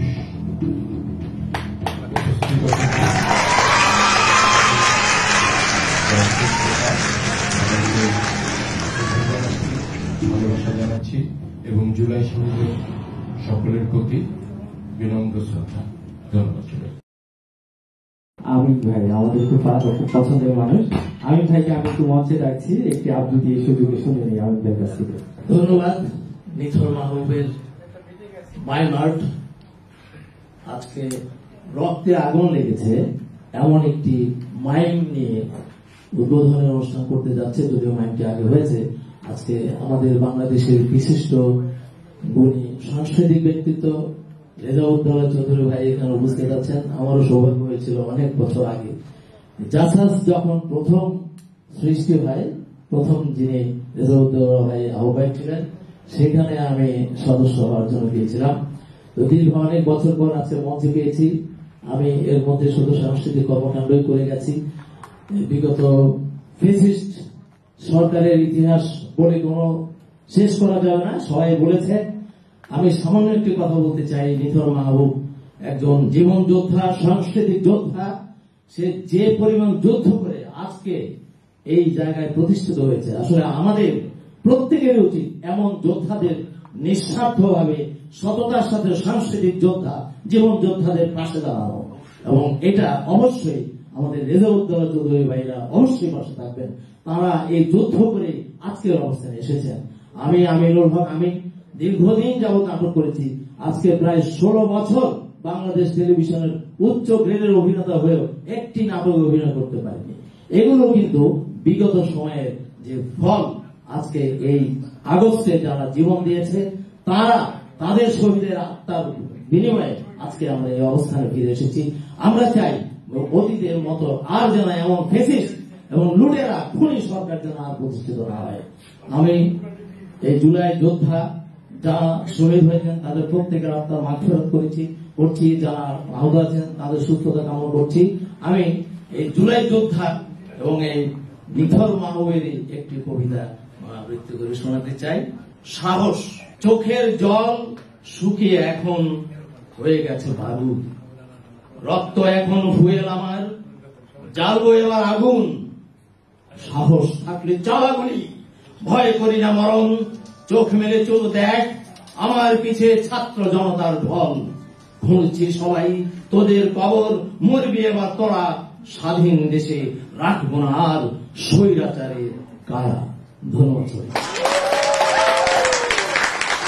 ধন্যবাদ প্রিয় আমিন ভাইকে, এবং সেই সাথে এই আমিন ভাইয়ের আবৃত্তিটাও কিন্তু মাহবুব ভাই লেখা। দুজনকেই ধন্যবাদ। ডেকে নিচ্ছি আজকের অনুষ্ঠানের মধ্যমণি, যার কাছে আমাদের অনেক আবদাল, অনেক চাওয়া পাওয়া, এবং উনি সবসময় আমাদেরকে সেইগুলো পূরণও করেন। আমরা বিভিন্ন সময় দেখেছি, বিভিন্ন অনুষ্ঠানে তাকে ডাকলেই পেয়েছি। আপাতমস্তক সাংস্কৃতিক জগতের একজন মানুষ, জাসাদের অন্যতম কাণ্ডারী সাবেক সভাপতি, আমাদের আজকের আয়োজনের মধ্যমণি। ডেকে নিচ্ছি রেজাউদ্দৌলা চৌধুরীকে। সবাই একটা বিসমিল্লাহির রহমানির রহিম। নিথর মাহবুব একজন কবি, একজন অভিনেতা, একজন শিল্পী, একজন জুলাই বিপ্লবী। চারদিকে নিথর মাহবুব তার মুখোমুখি দিয়ে জুলাইয়ের বিপ্লবের বাণী মানুষের কাছে পৌঁছে দিয়েছেন, বিভিন্ন সামাজিক সমস্যাগুলো তুলে ধরার চেষ্টা করেছেন এবং তারই পরিপ্রেক্ষিতে আজকের আয়োজন ক্ষুদ্র হলেও অত্যন্ত গুরুত্বপূর্ণ এই আয়োজন। এই কারণে জুলাইয়ের চেতনায় উদ্ভাসিত একটি সন্ধ্যা, যেখানে তার একক অভিনয় দিয়ে সেই আন্দোলনের কথাগুলো আমাদের সামনে তুলে ধরবেন। প্রথমে আমি এই অনুষ্ঠানে আসার পর চিন্তা করলাম যে দর্শক কম থাকলেও আলোচক আছেন এবং শিল্পী আছেন, তাদেরকে দিয়ে একটা সাংস্কৃতিক যে অভিযাত্রা শুরু হয়েছে এটিকে উৎসাহিত করা উচিত।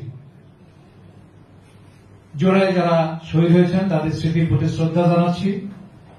যারা আহত হয়েছেন, মৃত্যুর সঙ্গে লড়াই করছেন প্রতিনিয়ত, চোখ হারিয়ে, হাত হারিয়ে, পা হারিয়ে, এই যুবকগুলো, যুব ছেলে, এতে অল্প বয়স, তারা এখন সারা পৃথিবীতে একটা অন্ধকার দিচ্ছে। তার ওই চোখে, জোড়াইয়ের সময় যে চোখ ছিল সেই চোখে অন্ধ হয়ে গেছে, তার মাকে এখন দেখতে পায় না, বাংলাদেশের সবুজ শ্যামল ভূমি দেখতে পায় না, বাংলাদেশের আকাশ দেখতে পাচ্ছে না। এই যে মৃত্যু পরীর কথা বলা হচ্ছে, এই মৃত্যু পরী একদিন বদ্ধভূমি ছিল, এটাও যেমন সত্য, তেমনি মৃত্যু পরীতে আমরা বারবার দাঁড়িয়ে আমাদের অতীতের বীর সাহেব সিপাহী সালারা যুদ্ধ করেছেন প্রতিনিয়ত। আমরা যদি বলি ৫,০০০ বছর আগের যে আমাদের ইতিহাস, সেই ইতিহাস থেকে আজকে পর্যন্ত আসার পথে প্রতিনিয়ত আমাদেরকে যুদ্ধ করতে হয়েছে। আমরা যুদ্ধ করেছি দিল্লির শাসনের বিরুদ্ধে, আমরা যুদ্ধ করেছি আগ্রাসনের বিরুদ্ধে, আমরা যুদ্ধ করেছি স্বৈরাচারের বিরুদ্ধে, আমরা যুদ্ধ করেছি ভাষাকে প্রতিষ্ঠা করার জন্য। অর্থাৎ প্রতিটি মুহূর্তে, প্রতিটি সময় আমরা যুদ্ধ করে যাচ্ছি। আমরা আমাদের পূর্বপুরুষরা স্বাধীনতার যুদ্ধে তাদের জীবন দিয়ে যেভাবে আমাদের স্বাধীন পতাকা অর্জন করে দিলেন, সেদিন আমরা দেখেছি যিনি স্বাধীনতার ডাক দেওয়ার কথা ছিল, তিনি পাকিস্তান সেনাবাহিনীর কাছে আত্মসমর্পণ করে পাকিস্তানে চলে গেলেন। একজন মেজর চট্টগ্রাম কালুরঘাট বেতার কেন্দ্র থেকে রিপোর্ট করে এদেশের স্বাধীনতা ঘোষণা করেছিলেন, কারণ তিনি ছিলেন আধিপত্যবাদী শক্তির বিরুদ্ধে সোচ্চার একটি কণ্ঠ। 1965 সালে পাক ভারত যুদ্ধের সময় সে ক্যাপ্টেন ছিল। সে ক্যাপ্টেন পাক ভারতের বাহিনীর বিরুদ্ধে যুদ্ধ করে বীরত্ব খেতাব অর্জিত করেছিলেন, বীরের খেতাব অর্জন করেছিলেন।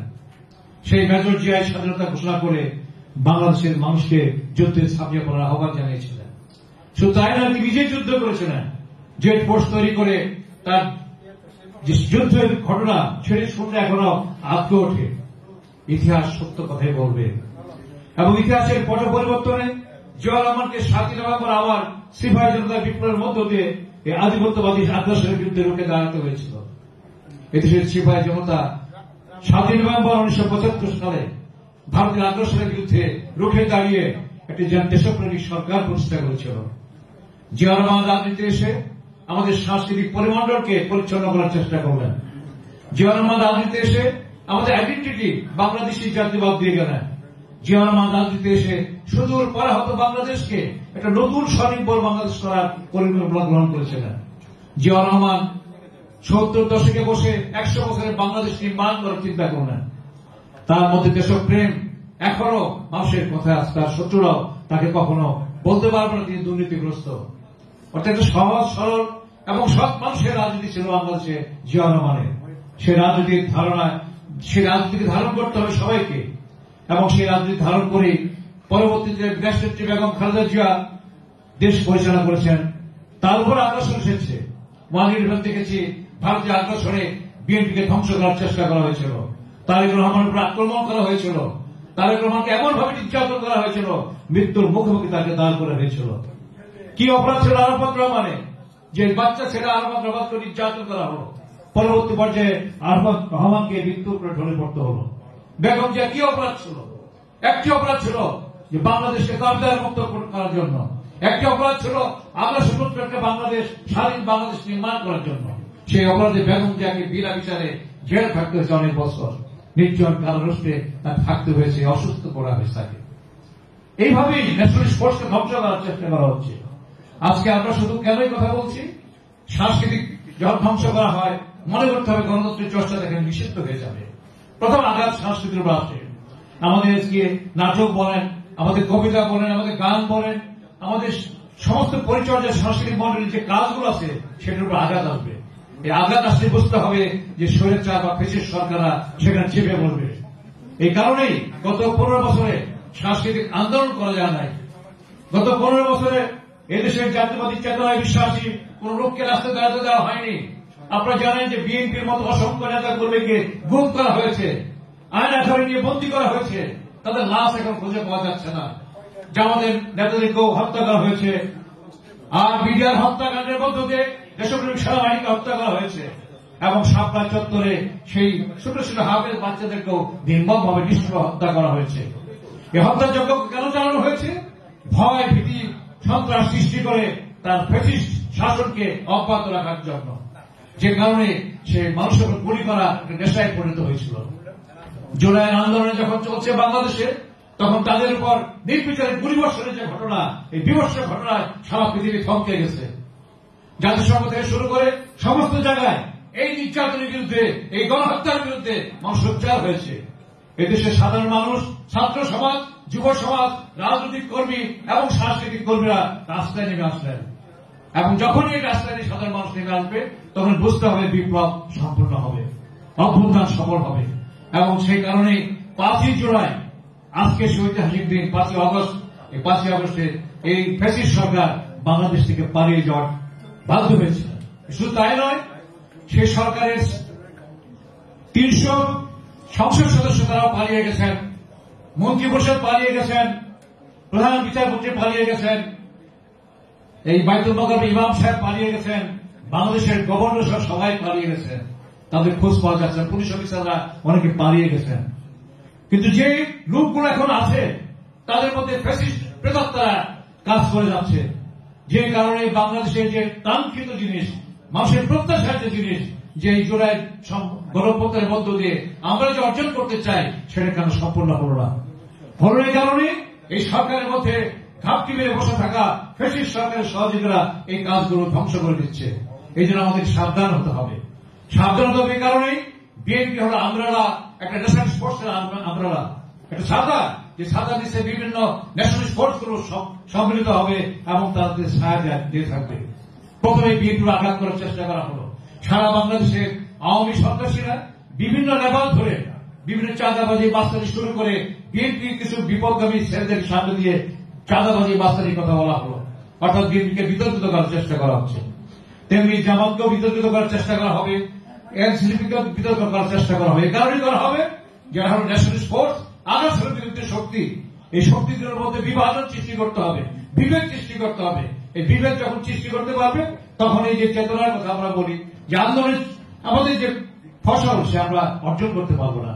এই জন্য আমাদের ঐক্যবদ্ধ হতে হবে, জাতীয়গতভাবে।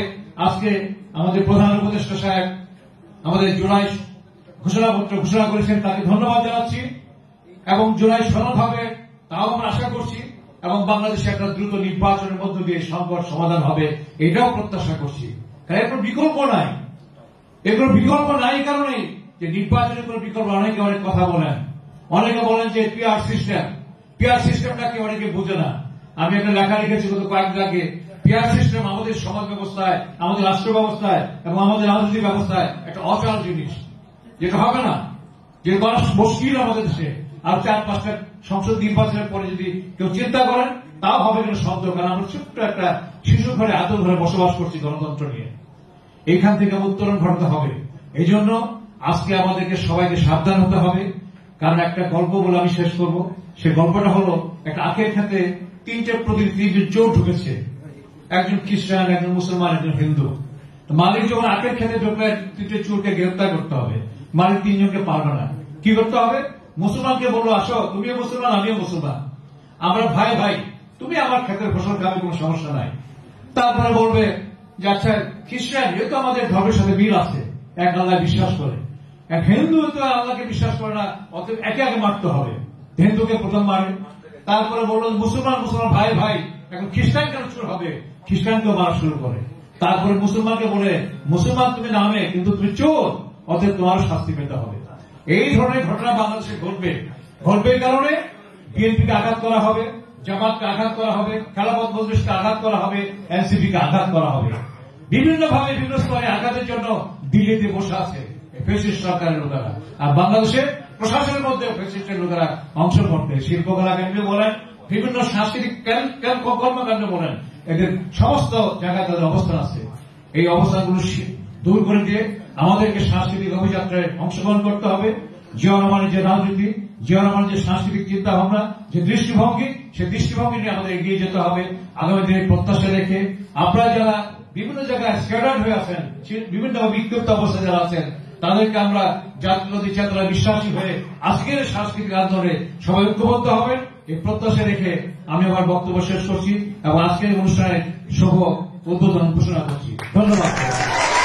সম্পূর্ণটা দেখলে আমার মনে হয় গল্পটা আরো ভালোভাবে বোঝা যেত, এবং যেখানে হিন্দু মাহবুব ভাইয়ের উপর যে অফিসিয়ালি আক্রমণ করা হয়েছিল, মাইক্রো করা হয়েছিল, সেই সংলাপগুলো আপনারা দেখেছেন নিশ্চয়ই। ব্যাকগ্রাউন্ড মিউজিক কিন্তু সব মানে এগুলো বানানো না, সব সেই সময় যা যা রয়েছে সেগুলোই উপস্থাপন করা হয়েছে ব্যাকগ্রাউন্ড মিউজিক। এবং সেখানে সাংবাদিক বলে কথা, তাকে যখন আক্রমণ করা হয়, তাকে যখন মারধর করা হয়, তখনও তার কাছে মাইক্রোফোন ছিল এবং সেই ভয়েস গুলো রেকর্ড করে রেখেছিল, সেগুলোও এই অংশ বিশেষ ছিল।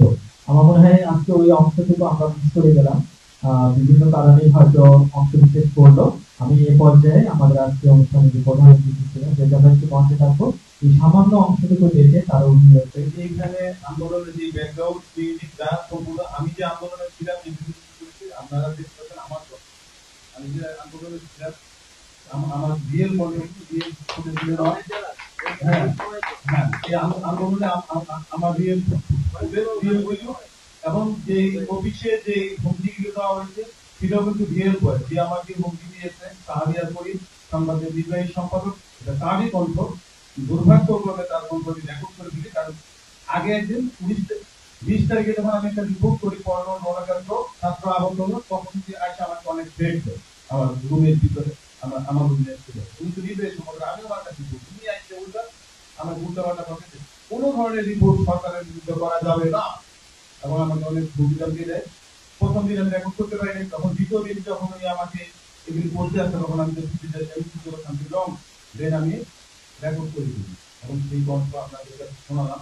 আপনারা নিজে শোনা করা বুঝেন যে এটা কি একটা সাংবাদিকের বৈশিষ্ট্য হতে পারে। সাংবাদিক তো স্বাধীন পেশা, আমি আমার স্বাধীন মতো কাজ করি, উনি আমাকে পরামর্শ দিতে পারে, সুন্দরভাবে বলতে পারে, উনি আমাকে দালালও বলতে পারে না, উনি আমাকে নতুন প্রজন্মের মুক্তি দিতে বলে উপহাস করতে পারে না, এই বিয়ের কথা। কিন্তু আমি আন্দোলন করে বিচার পাইনি, আমি এখনো 3 লাখ টাকা সম্পাদের কাছ থেকে পাই, 3 লাখ টাকার উপরে আমার টাকা দেওয়া হয়। কেন আমাকে আঘাত করেছে? আমার তোমাদের একটা কাজ তারটাকে দোকান আমাকে বেড়ে কাজ করে দেওয়া। তো আমি ত্রিপুরার সাংবাদিকদের কাছ থেকে কোথাও কোনো বিচার করি, আমি যে বিচার আসলে পাবো কিনা আমি আপনাদের কাছে নিশ্চয়ই নিয়ে ব্যাপারে আমাদের আজকের প্রধান অতিথি আমাদের চাওয়া পাওয়ার আপনার মানুষ মেধাবাই কথা বলবেন। আমি মাইক্রোফোন তুলে দিচ্ছি, এটা মাহবুবের মুখোমুখি আমরা দেখলাম জুলাই আন্দোলনের সত্য ঘটনাটি চিন্তা হলো আমরা এইভাবে আন্দোলন করতে যে জুলাই যোদ্ধারা বিভিন্ন হুমকির সম্মুখীন হয়েছে এবং আমরা দেখেছি আয়না ঘর সৃষ্টি করা হয়েছিল, সেখানে কিভাবে নিষ্ঠুরভাবে হত্যা করা হয়েছে, নিষ্ঠুরভাবে অত্যাচার করা হয়েছে, কিভাবে ফ্যাসিস্ট সরকার সমস্ত মুখগুলোকে বন্ধ করার জন্য, সরকার মুখগুলো বন্ধ করার জন্য বিভিন্নভাবে পদক্ষেপ। আপনারা জানেন যে সাংবাদিকদের উপর যে অত্যাচার হয়েছে এক শ্রেণীর সাংবাদিক নামে, যে নির্লজ্জ দালালি করেছে সরকার, অর্থাৎ সাংবাদিক পেশা বল স্বাধীন পেশা, সেই পেশায় সত্য জিনিসটা তুলে ধরবে এটাই তার কাজ। কিন্তু যখন আমরা দেখি একজন সাংবাদিক এত নির্লজ্জ যে সরকারের তর্কিবাহ হিসেবে কাজ করছে, যা হোক আরো অনেকে আছে ফ্যাসিস্টের সহযোগী হিসেবে বিভিন্ন জায়গায় বিভিন্ন আপনি সংবাদের কথা বললেন, বিভিন্ন পত্রপত্রিকা এখন আসছে, অনেক মিডিয়াতে আসছে, অনেক সাংস্কৃতিক কর্মকাণ্ড, এদেরকে চিহ্নিত করতে হবে। চিহ্নিত করতে হবে এই কারণে আন্দোলন শেষ হয় না। আমরা যুগের পর যুগ আন্দোলন করেছি, আমরা যুগের পর বছরের পর বছর আন্দোলন করেছি, শত বছর ধরে দেশের মানুষ আন্দোলন করেছে। আপনারা আন্দোলন ইতিহাস সবাই জানেন। অতএব আমাদেরকে বেঁচে থাকতে হচ্ছে আন্দোলনের মধ্যে, আমাদের যুদ্ধের মধ্যে যারা বেঁচে আছে এবং প্রতিনিয়ত আমরা যুদ্ধ করে যাচ্ছি। আজকে তাই আমি আপনাদেরকে অনুরোধ করবো যে আজকে যে বিপ্লব মাহবুবের যে অভিনয়ের মধ্য দিয়ে এই জিনিসগুলো তুলে ধরে নেন, এই জিনিসগুলো আমাদের সমাজ পরিস্থিতি করতে হবে। আমার মনে আছে 1978 সালে জিয়া রহমান সাহেব আমাদের চায়না, আমরা চায়না গিয়েছিলাম শুভ প্রতিনিধি দল হিসেবে। সেখানে চায়না অপেরা দেখলাম। চায়না অপেরায় 10,000 বছর আগে, 5,000 বছর আগে, 3,000 বছর আগে ইতিহাস তুলে ধরছে। তাদের যে নিষ্ঠুর ইতিহাসগুলো ছিল সেগুলো তুলে ধরছে, সুন্দর ইতিহাসগুলো তুলে ধরছে। যে কারণে আজকে আমরা জুলাইয়ের যে বিভিন্ন চলচ্চিত্র নির্মাণ হয়েছে, ডকুমেন্টারি নির্মাণ হয়েছে, বিভিন্ন সাংস্কৃতিক কর্মকাণ্ড হচ্ছে, এটা একটা আশার কথা যে আমরা এই ডকুমেন্টারি দেখতে পারি। 2 বছর 50 বছর পর আমাদের জেনারেশন জানতে পারে জুলাই কি ধরনের আন্দোলন, একটা ব্রিটিশ সরকারের বিরুদ্ধে কিভাবে লোকে দাঁড়িয়েছে। একজন সাংবাদিক হিসেবে, একজন শিল্পী হিসেবে, সাংস্কৃতিক কর্মী হিসেবে, ছাত্র, শিক্ষক, জনতা, সাধারণ মানুষ, মারা সন্তানকে তারপরে বলতে যাও, এগিয়ে যাও, মৃত্যুর পক্ষে ছেড়ে দিচ্ছে তার সন্তানদেরকে। সেই সন্তানরা অন্ধ হয়ে গেছে। আমি একটু আগে বললাম যে মা দেখতে পারে না, ভাই বোনকে দেখতে, ছোট্ট আদরের বন্ধু দেখতে পারে না, আর বোন কোনো দেখবে না। তাদের সেক্রিফাইস এটা আমাদেরকে মূল্যায়ন করতে হবে। এই যে আমাদের মাহবুবের যে সেক্রিফাইস মূল্যায়ন করতে হবে। মূল্যায়ন করার জন্য আমাদেরকে সংগঠিত হতে হবে। সেটা নিয়ে কিছু বলতে হবে না। আমরা সবাই যদি সংগঠিত হই তাহলে সত্যিকার অর্থে আমরা এই যে প্রশাসনের মধ্যে ফেসিস্ট এখন আমাদের মুখে আছে সেটার দ্বারা তাদেরকে চিহ্নিত করতে হবে এবং তাদেরকে আস্তে আস্তে এলিমিনেট করতে হবে। এর আগেও বলছি অনেক ছাত্র বেকার হয়ে গেছে, অনেক ছেলে পেলে বেকার হয়েছে, স্পেশাল বিশেষ করা দরকার ছিল, কিন্তু এই সরকার করে নাই।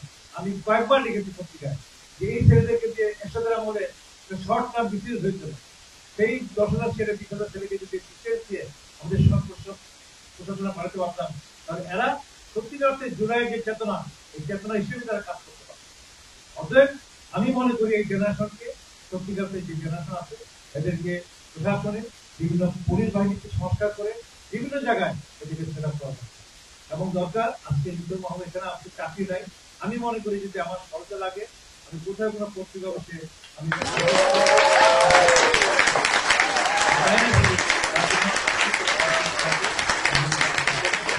আশা করি সাংস্কৃতিক মন্ত্রণালয় থেকে কিছুটা করা হয়েছে।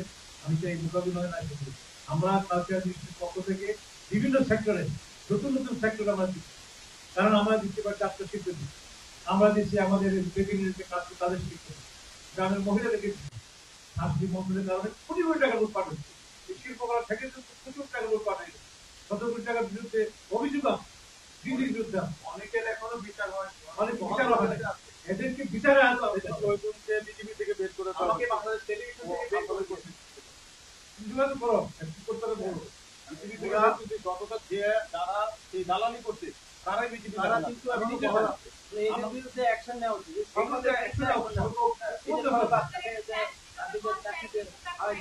কেউ নিচ্ছে না তো, আমি তো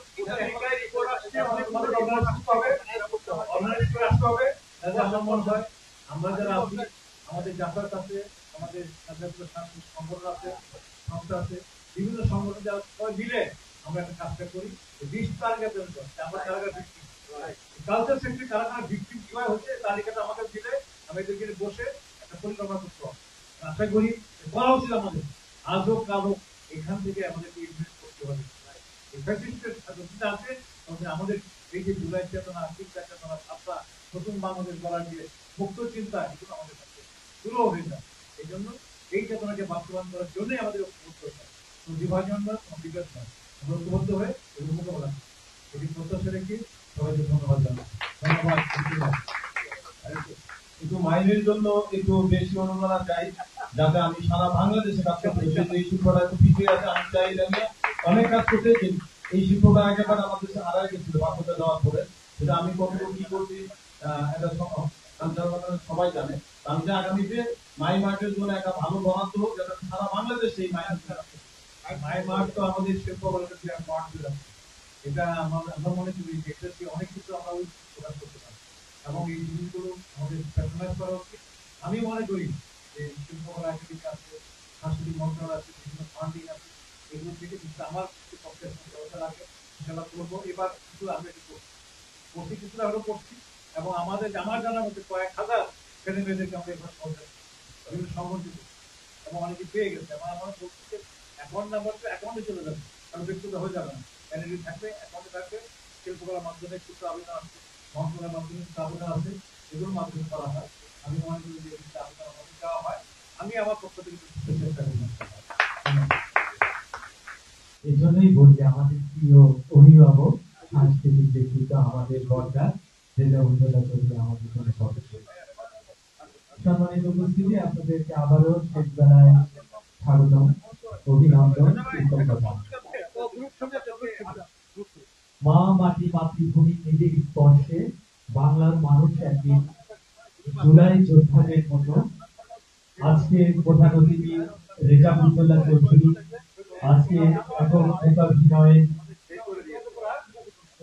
অভিনেতা নিথর মাহমুদের মতো সোনার মানুষ হয়ে উঠে এই প্রত্যাশাকে ধারণ করে একটি সুন্দর সাজানো বাংলাদেশ গড়ার অঙ্গীকার ব্যক্ত করে আজকের মতো সাজানো অনুষ্ঠান এখানেই সমাপ্ত ঘোষণা করা হচ্ছে। শুভরাত্রি, ধন্যবাদ সবাইকে।